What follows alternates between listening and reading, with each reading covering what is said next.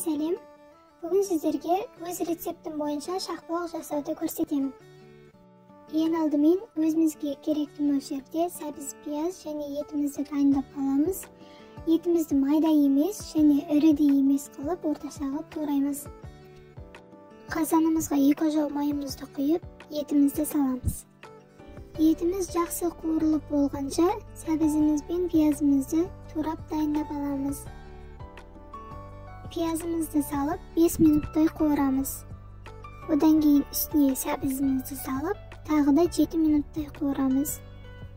Жақсылап қуырылып болғаннан кейін үстіне өзіңіз қалаған дәмдеуіштерді қосып, суын құямыз. Сәбіздер суда батып тұратындай болу керек.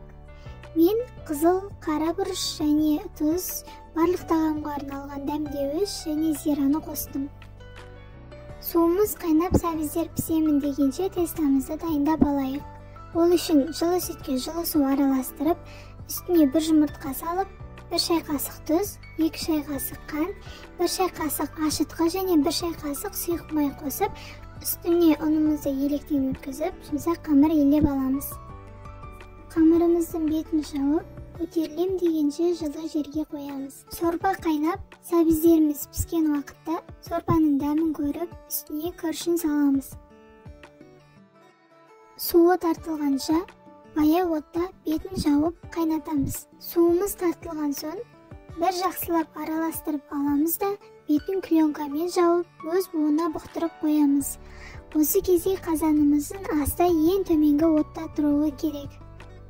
Палауымыз дайын болам деген кезде көтерілген тестамызды алып 2 бөлікке бөліп аламыз. 2 бөлігінде қатты жұқа емес және қатты қалың емес қылып жайып, 1 бөлігін табамызға саламыз. Дайын болған палауымызды тестамыздың ішіне саламыз. Қамырымыздың 2 бөлігін жайып алып, палауымыздың бетіне жабамыз.